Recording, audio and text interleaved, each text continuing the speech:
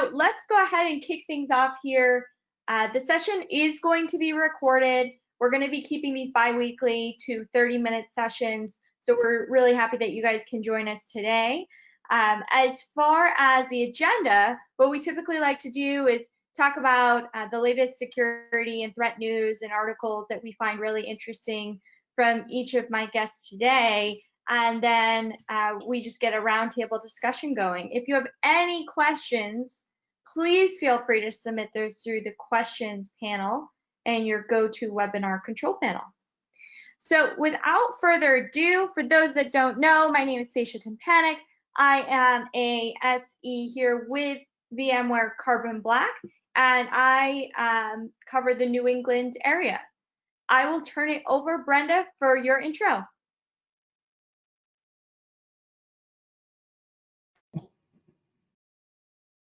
Okay, sorry, I had to unmute myself for just a minute. I'm Brenda Johnson.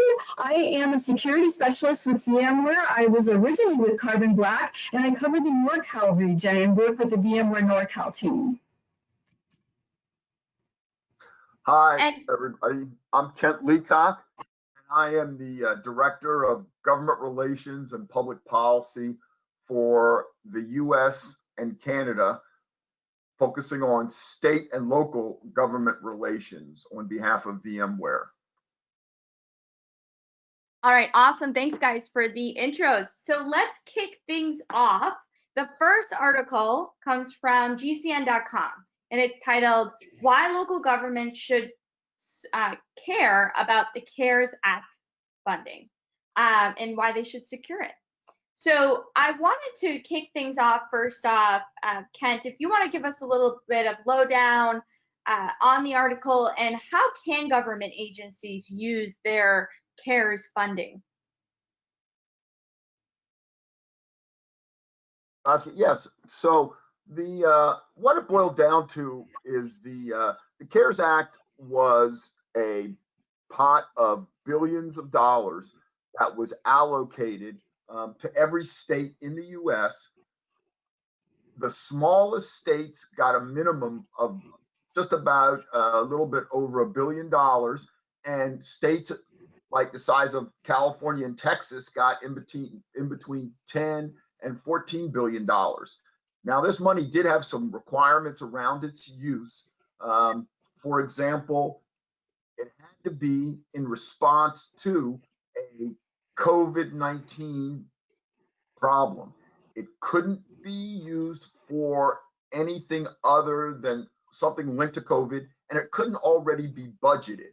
So, for example, if a state had already budgeted to turn 1,000 workers into remote workers, the COVID money couldn't be used for that. However, if because of COVID-19, instead of 1,000 workers, they were turning 10,000 workers into remote workers, the cost to do that for those 9,000 incremental more workers could directly be attributed to COVID-19, and the CARES Act funding could be used for that.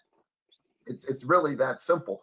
Some other examples of COVID-related responses are the unemployment insurance website crashing in states around the U.S. because of all the unemployment claims. And so an IT modernization project for a unemployment insurance agency within a state or a department, that's another, or Health and Human Services in response to a COVID-related emergency, a modernization that wasn't already budgeted. The other restriction is that the money has to be used by the end of this year. So it's got to be used by December 30th, 2020, or it literally has to be returned back to the Treasury Department in Washington, D.C. Yeah, that's very interesting. And I guess my question to either Brenda or you, Kent, is have either of you seen or heard from anyone that's taken advantage of the funding so far? And if so, how has their experience been? We have one very large county in the state of California that has used it, and it's been used to fund work from home initiatives. A recent white paper that Carbon Black put out showed that when all of this hit, organizations had a 70% increase in working from home. Now, a lot of the larger enterprises were already set up to do this, but the SLED customers traditionally worked within buildings and within institutions. So this was difficult. So what we found people doing initially was going to a VPN approach, and the VPNs were overloaded. That became an issue. So we're finding that we have been able to enable a lot of work from home using Horizon on Azure, and then moving to VDI implementations where we can send to the customer just the applications that specific employee needs. So their experience there has been very good. Yeah, and we've also seen a number of universities around the U.S. because there's a separate pot of money for higher education and K through 12, and that money didn't have the same kind of restrictions. In fact, the Secretary of Education urged university presidents to utilize some of their CARES Act funding towards IT modernization and to promote and enable remote learning on behalf of students. They had a longer deadline to use it, and it didn't have any kind of like pre-existing budget requirements or whatever. And just as an example, Arizona State University, a huge university, was going to get $60 million, of which there was one restriction. Half the money had to be used directly for students, whether it be student aid, student, living expenses, what have you. But then the other half, which would be 30 million, was strictly to be used for expenses like remote learning incurred expenses. And it ran the gamut from the smallest community college getting $500,000 to like a University of Kansas getting millions and millions, Arizona State, and it was based on the enrollment. And it's interesting because the allocation of the state money was also based on population. Hence my examples of Texas and California getting, 10 to 12 billion versus like a smaller state like Arkansas or, a kind of smaller state with a smaller population getting single digit billions. But no, it was all with a billion, with a B after their number.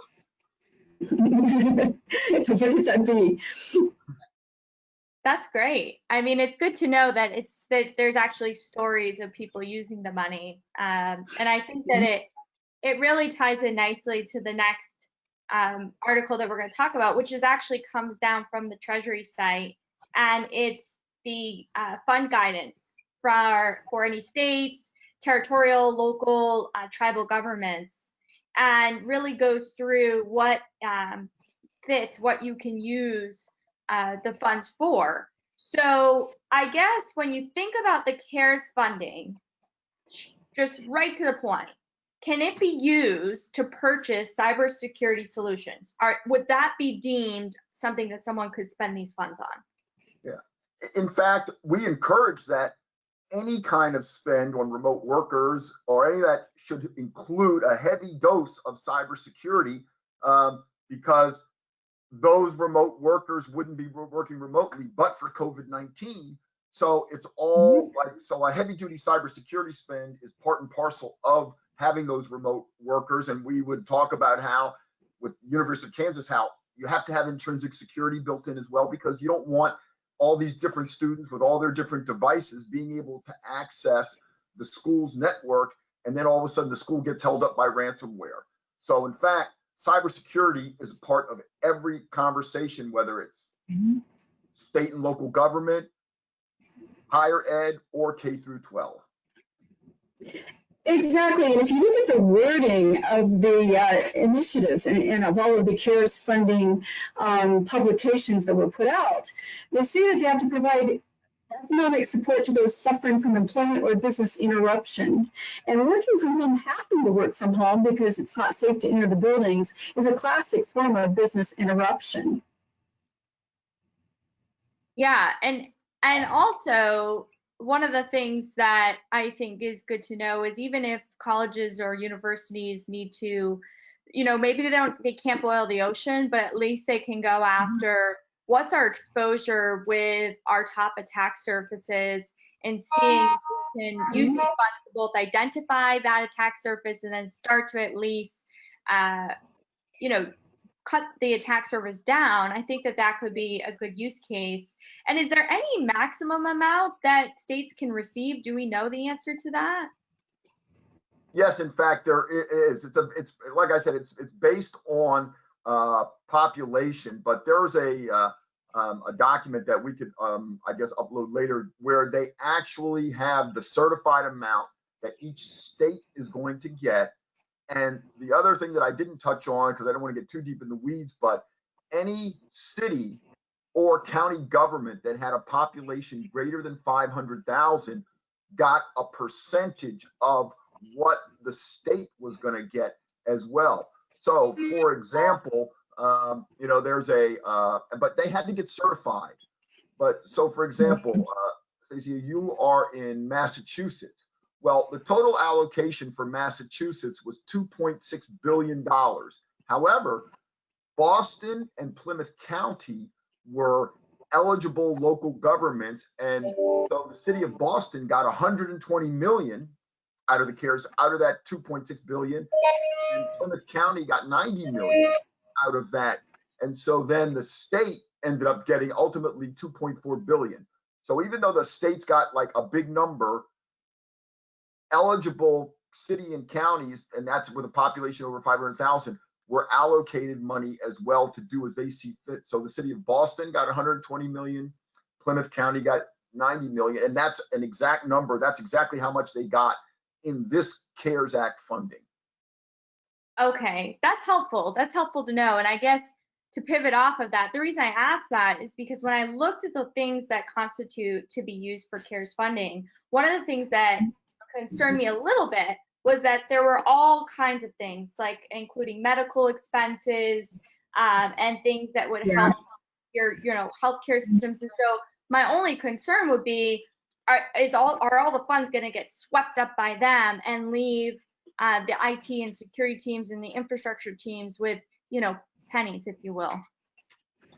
Well, unfortunately, and this is where you have to kind of show some compassion and understanding, but also aggressively promote those IT leaders that they need to be lobbying the governor or their mayor or their county executive for their piece of the pie, if you will.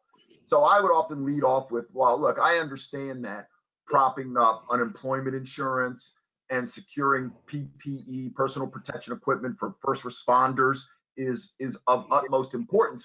But don't forget, none of this is going to work if one remote worker gets some ransomware and your entire IT infrastructure is held hostage. So you got to make sure that you allocate money for IT modernization and security. And that message seemed to resonate.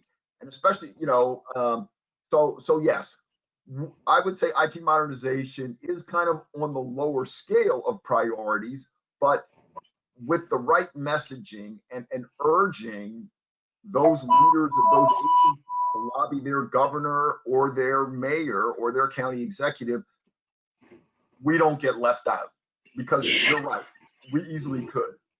Exactly. If you look today, news came out that LA Unified School District is going to COVID test every student to a cost of $300 per student. So that's huge, and that's going to come out of the CARES funding. So we do have a concern there, but identifiable information from those students and the students' parents could be at risk if people work from home. So that's another area that they really have to think about. And like Kent said, they really need to lobby their politicians, their school boards, to make sure that people understand that securely working from home, not just working from home, but securely working from home is very important too. And that's actually perfect segue, Brenda, into the next article, which is from the Associated Press. And its title is Top Cybersecurity Experts Report 4,000 Cyber Attacks a Day Since COVID-19 Pandemic. This is kind of interesting to think. I think we all aren't seeing maybe new types of malware out there, but more volume of the same campaigns like ransomware and business email compromise, etc. And one of the things I thought was interesting was actually NASA posted, and they're not typically that outward going with this type of information. So they even said we're seeing, quadruple the amount of attacks that we're used to seeing when it comes to double the amount of phishing email campaigns.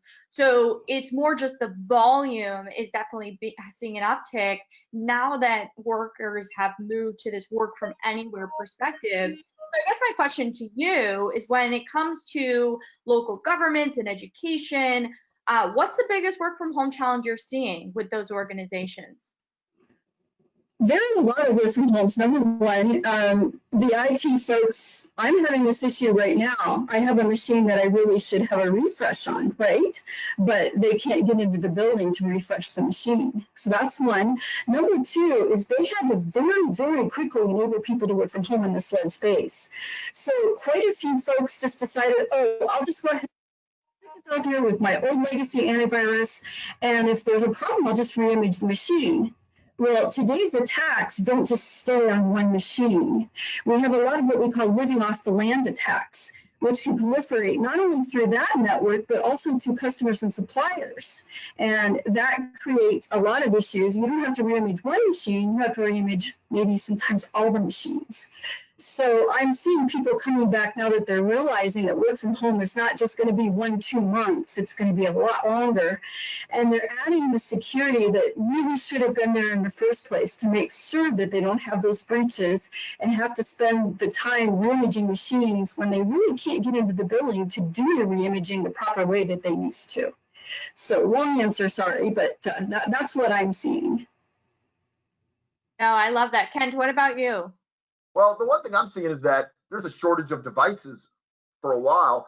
And as Brenda mentioned, they weren't anticipating. I can just use my own neighbor for an example. He's a lawyer with the state of California.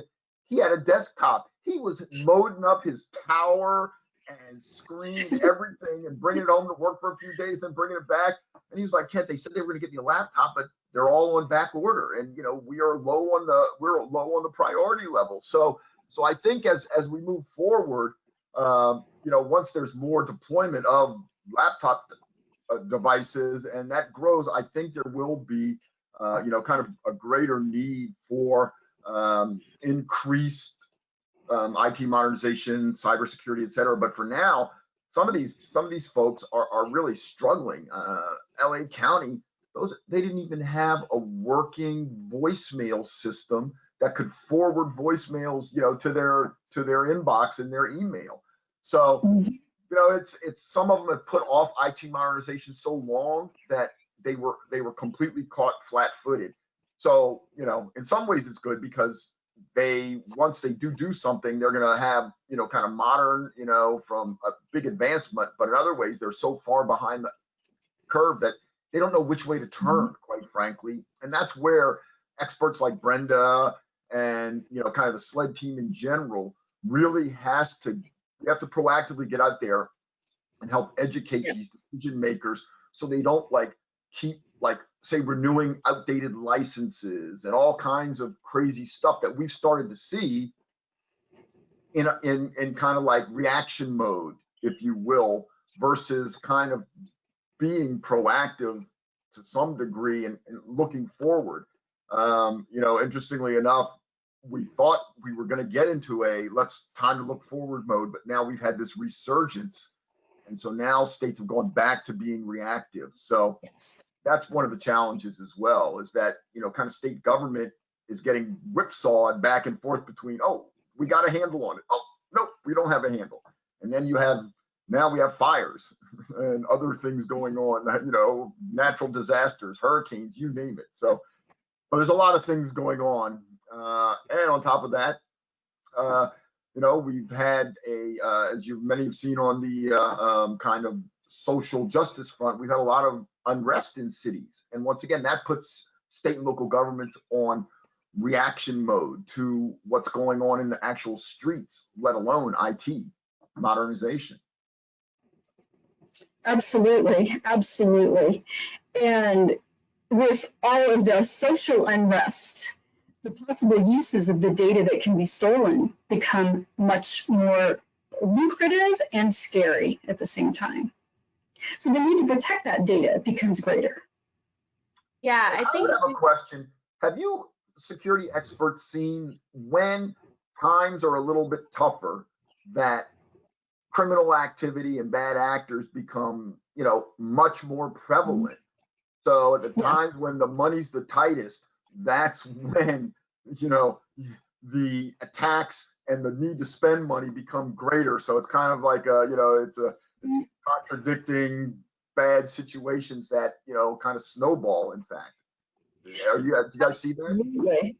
Absolutely. And the article that Stacia just mentioned shows that we have had a 400% increase in attacks from pre-COVID days. And also, we're actually even seeing fake COVID sites, fake COVID information phishing sites that people have put out there. I mean, that's the absolute epitome of evil, in my opinion. But people will always try to capitalize on any kind of natural disaster. Yeah, and even when you think of insider threat, right? Organizations that had to furlough employees for any reason, they may have be in a desperate situation where maybe they had access to data, and they would never think to sell it before, but now maybe emotionally they're upset or they're distracted or distraught, and they say, you know what, I have to feed my family at the end of the day. And things like that happen.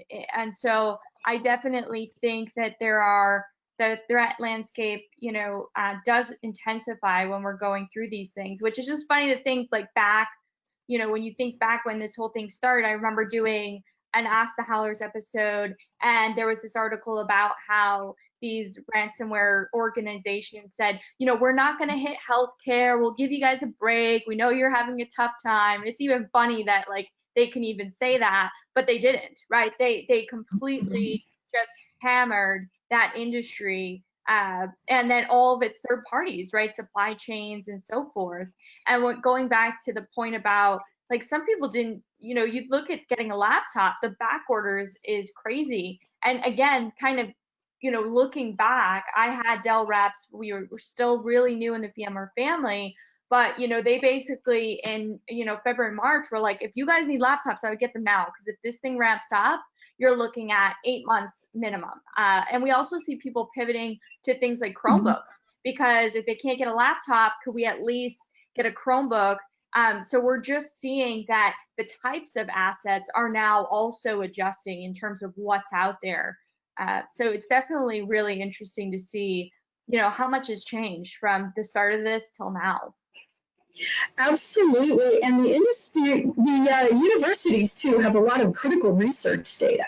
And that research data is often very valuable to foreign actors. So we're seeing a lot more activity, hacking activity against the critical research universities today as well. Yeah. And so wrapping up here with one more, piece. It comes from Business Insider article. Its title: "A survey finds more than 2/3 of companies may be working from home forever." For both of you guys, I mean, do you think that work from home becomes a permanent thing?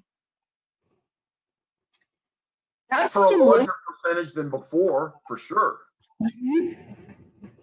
But I think that, humans are social people, and there's always going to have to be a face-to-face component of things.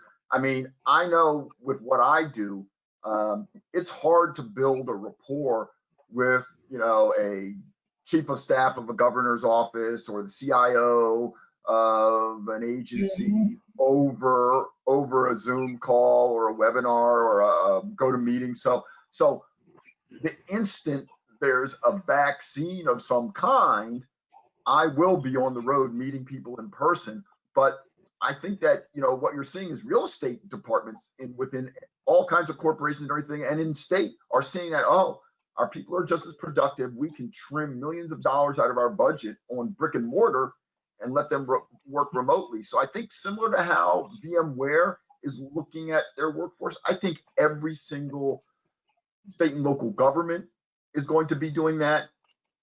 But I don't think it makes sense for K through 12 to, once things go to normal, they'll all go back to going back to school, as will universities. But I think the remote learning for universities is going to be a key piece that's going to, I think, is going to stick around. Because I was talking to one leader at a university. He said, you know, with this remote learning, we can reach out to professors that we normally wouldn't have access to, with different curriculum that we wouldn't have access to, because we can do these sophisticated labs. So, you know, like I said, we did a call with the University of Kansas, and they have a plan to really grow their kind of remote lab capabilities, et cetera, et cetera. And that is a plan for the future that will continue on even when things return to normal. Yeah, now as a salesperson, I've worked from home for a long time. I find it more productive working from home. So I believe that the state, local governments, and maybe in some cases the county governments as well, will continue to work from home for a long time. I agree, though, on the university front, being able to take a class remotely is wonderful. Now, as a former engineering student, it would have been very hard to do labs from home, because you just don't have the equipment. It'd be really tough to bring in the equipment to every person's home. But K through 12, I agree, you really need to have teachers there, but what about the staff? I think more and more it will open up the ability to hire workers from anywhere, not just workers in that little locality, to be able to do the job. And that's going to help with a lot of things. It's going to help with being able to pick the right person for the job instead of the person that lives locally. It's also going to help them keep costs down, like Kent mentioned, because they don't need the brick and mortar equipment, the brick and mortar buildings, the water, the data centers, et cetera, et cetera. So I see this being the new normal in most areas.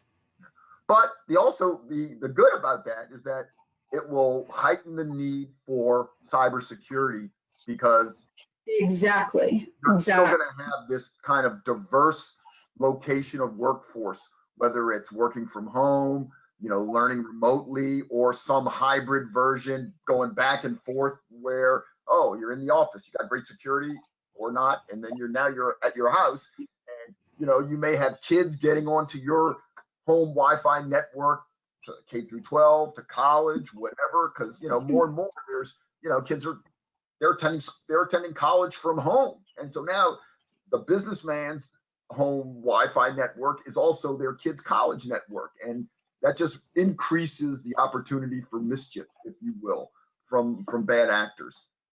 Oh yeah, and it's also opened up a whole new avenue of high school pranks I've been hearing about with the Zoom bombing. I almost wish I had been in high school when this happened, but interesting how technology changes our social life and our way of existing. It sure does. It sure does. There's definitely been some stories. So, all right, Brenda, let's see if you can do this in 30 seconds. Can 30 you seconds, talk okay? how VMware is offering to help during COVID? What are we doing to help organizations out there? 30 seconds. Okay, so first of all, we are enabling work from home by rolling out VDI environments that allow a complete virtual desktop that lets that particular employee only access the applications that they need.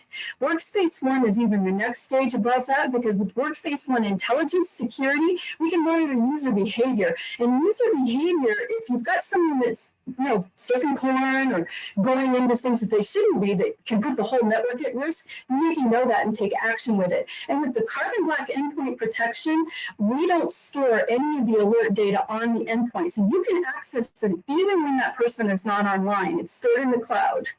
And it doesn't load down the endpoint, and it doesn't create a situation where that endpoint can be hacked. How's that for 30 seconds? That was so good. I'm very impressed. Great work. I'll just say thank you for having me. Absolutely, Kent. Absolutely. Stacia, I really enjoyed it. Absolutely. And for everyone else out there, join us for episode 10.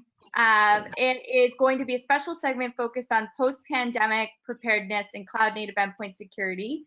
And again, check your email. We're going to shoot out the notes to the articles that we talked about today and the resources that we talked about today. Otherwise, everyone have a great weekend, and we'll talk to everyone soon. Thanks, guys. Thank you.